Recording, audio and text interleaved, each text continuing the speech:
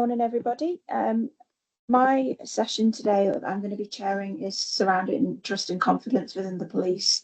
So I've got four representatives across the UK who are going to be speaking today. The first one who will be speaking is Adam Carr, and this is around funding within Merseyside Police to make sure that they are efficient and effective. So Adam, over to you. Yeah, thank you. Can everyone hear me? Okay. Yes, we can. Perfect. Okay. First of all, thank you for the opportunity. Good morning, everyone. I'm Adam Carr, and this presentation is going to focus on how Merseyside Police, but not just Merseyside Police forces throughout the country can be more effective and efficient at a time of constraints on public funding. Next slide, please. So essentially the route map, I'm going to cover briefly my background, and then I'm going to outline the sort of challenge, the scale of the challenge that I'm sort of setting out to answer this sort of presentation. I'll then go on to explain how the research was conducted, and then most importantly, I'll address that through the sort of the themes that I've addressed. I'll then go on to basically answer the question, and I outline what works to improve efficiency in policing throughout the country. Next slide, please. Sorry, this is gonna. There we go. Okay, so obviously born and raised in the northeast, as you can tell by my accent, I'm not a local Merseyside folk. I'm a husband and a father. I've got two young children, one's 5 and one's 2. Next slide, please. I was once told by a teacher a long time ago that I would never go to university, especially with grades that I was predicting in my SATs and GCSEs. I started working at the age of 16. I worked 12 years in sales, where performance, efficiency, and results were constantly measured. Efficiency wasn't accepted; it was challenged and it was expected. When I joined policing in 2021, I recognised similar pressures but a different approach. Policing has strong values, commitment, and purpose, but it doesn't always apply efficiency principles in a structured way.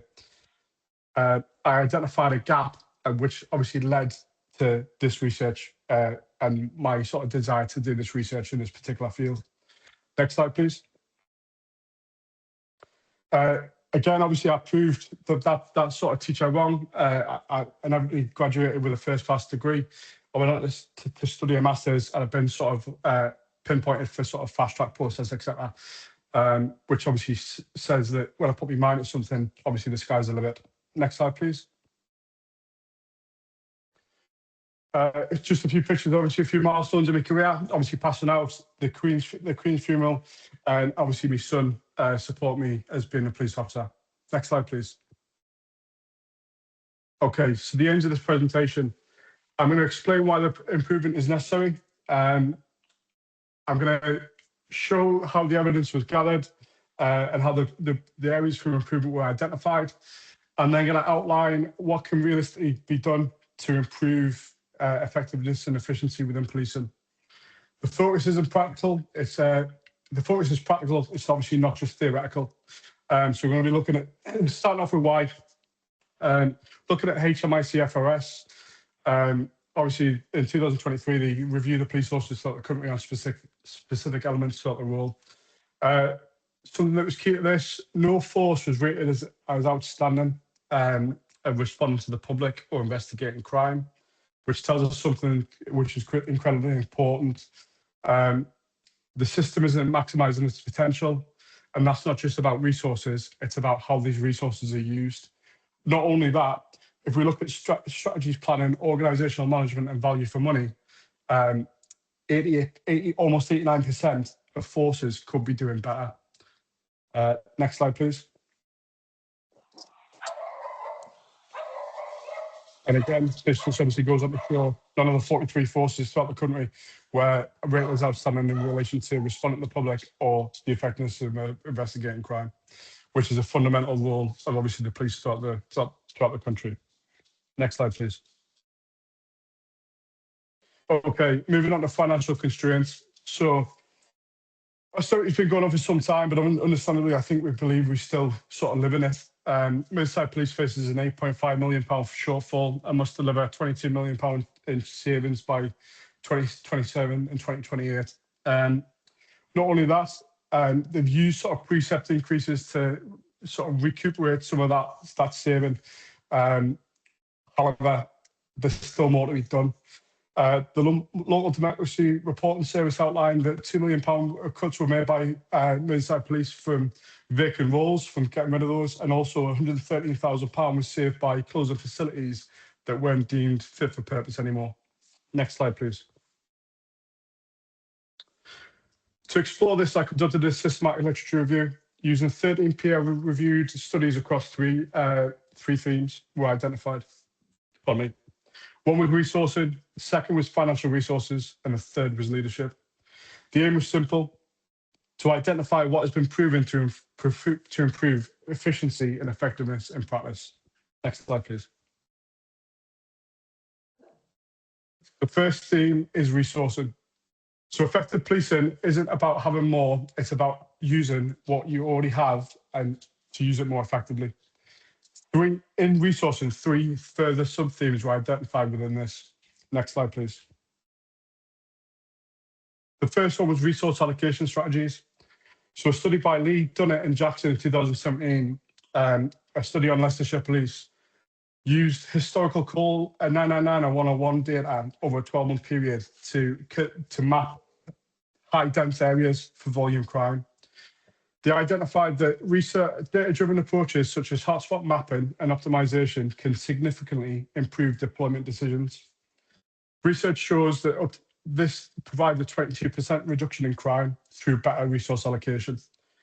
That's the same amount of resources that we have on the field, just used more intelligently. Next slide, please. Second one was demand profile. Bolton et al. In 2017 focused on the demand profile for Lancashire Constabulary's Central Division.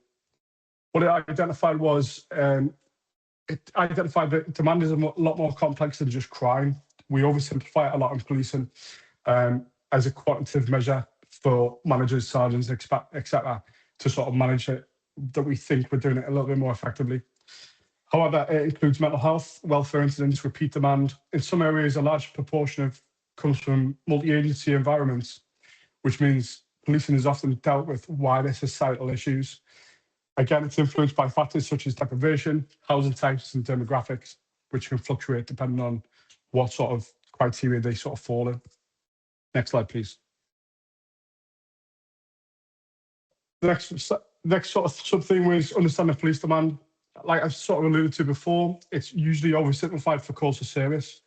However, this study conducted by Luce et al. In 2021, again, a systematic literature review, they identified this reactive and proactive demand. The reactive demand is the public needs, crime dynamics, and government pressures. Again, calls for service. However, proactive demand is initiatives that the police do to try and reduce that reactive demand. What it calls for? It calls for a universal definition and a more comprehensive understanding so that we can manage it more effectively. Next slide, please. So the organisational impact and effectiveness. The research shows that increased police visibility improves public confidence. But this must be balanced carefully. In McDonald, Fagan and Geller in 2016 identified that in New York City, they did a hotspot policing programme, identified and reducing robbery and burglary. It was evidence to displace crime in neighbouring areas. However, the lack of legitimacy in the policing power reduced public trust. So what that aligns is efficiency must be aligned with legitimacy to increase that public confidence in policing. Next slide, please. And again, Siddle and Sturgis in 2013 reinforced this belief that the emphasis on sort of community-oriented policing strategies, partnership and problem solving only is going to enhance public trust and confidence in policing. Next slide, please. So I then looked at sort of police force restructuring, which is sort of alluded to more so in sort of current society. In the literature that I reviewed, there was a lack of sort of evidence correlating police forces with the size of efficiency. bigger police forces doesn't necessarily mean it's going to be more efficient and effective. What it did sort of identify was organizational culture and community relationships remain critical. A larger sort of organization is going to have a little bit more of an issue with sort of, they're going to be further away from the communities that they serve, and organizational culture that we've sort of seen in canteen culture, etc., is going to take a bit of a hit. Next slide, please. So financial resources. Essentially, policing has faced a significant financial pressure since austerity in 2007. Obviously, we've lost police officers. We've had to do more with less. We've been sort of having to close police stations, etc. But that response to that pressure is key. Next slide, please.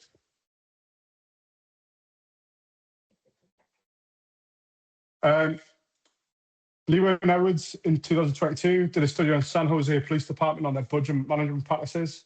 They identified that incidents like the George Floyd protests and COVID-19, particularly on overtime spend, etc., had a massive impact on their sort of budgeting, which sort of calls for sort of more flexible budgeting and flexible budgeting within policing. Next slide, next slide, please.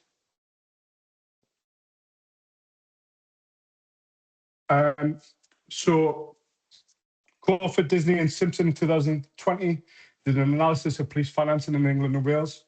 It identified that the spending of policing is sort of fluctuating throughout the years. However, how police individually get their money has changed substantially, and it's more relied on the sort of counter-attack preset that we're increasing in a marginal gain sort of ideology. This calls for sort of more real-time financial planning in terms of what it looks like in today, as opposed to sort of 6 or 7 months down the line. We need to sort of look at going forward, because in policing, it's sort of historically been very knee-jerk reactions. We've had to close a gap.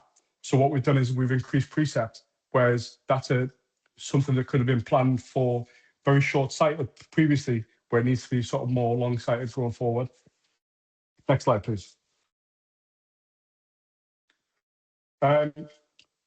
So in Den Haag 2017, they looked at the police adaptations to the economic crisis in Australia, Canada, and the UK.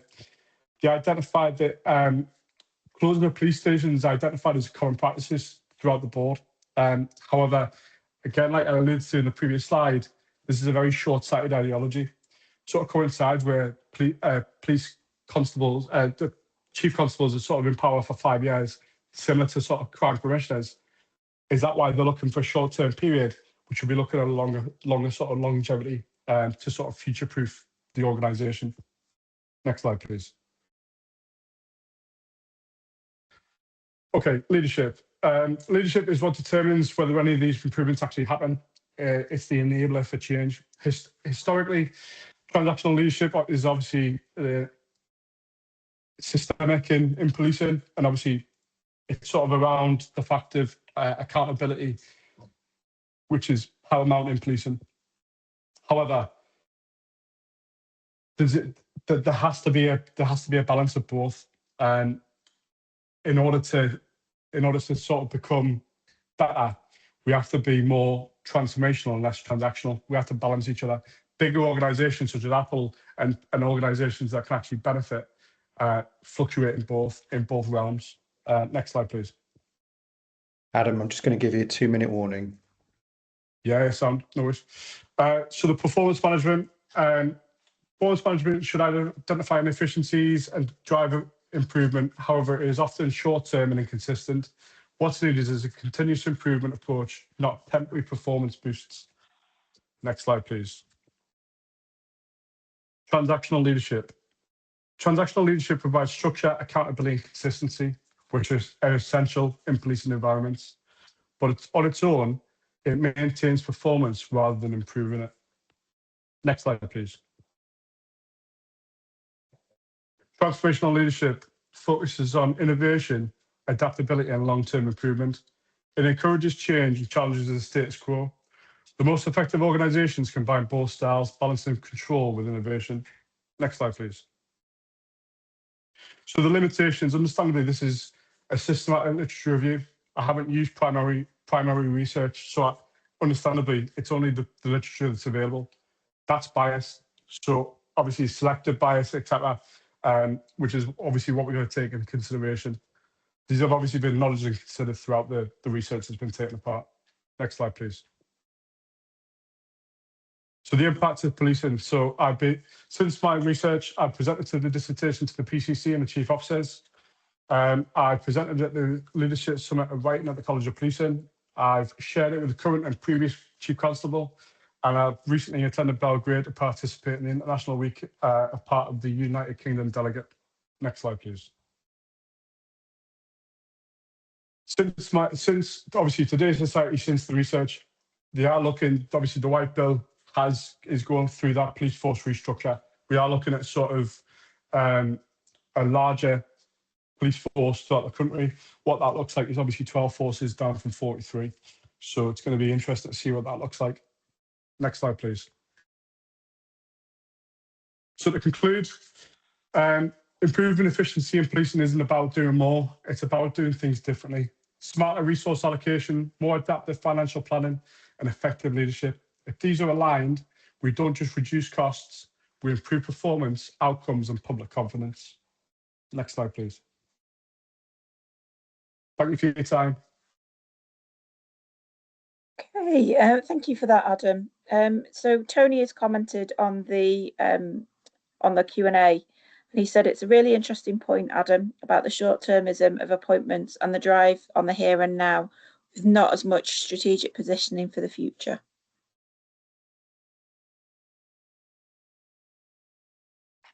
Sorry, can you say that again? Yeah, of course. It's a really interesting point, Adam, about the short-termism of the appointments and the drive on the here and now, with not as much strategic positioning for the future. Yeah, definitely. I think it's quite interesting that obviously PCCs especially get a sort of 5-term tenure, and I think it's kind of similar. Correct me if I'm wrong, but I'm pretty sure it's the same for chief constables. So, if you look at sort of the short-term planning of policing, closing police stations, the sort of knee-jerk reaction, it's essentially like having a spending issue and having an overdraft, and well, I'll just get more of my overdraft, or I'll get this on my credit card, and you're not really fixing the actual underlying issue, really, which is very short-sighted. The longer sighted is, right, okay, this isn't going to go away, this is only going to get worse, or what can we do going forward? And it's about working smarter, not harder. Understandably, I'm not saying let's be like the private sector, but there's principles in transformational leadership, performance management, out-the-box thinking that the public sector can absolutely benefit from, because they're absolutely applicable in any realm that you work in, not even just public or private sector, in your life, in everyday life. So, Great, thank you very much.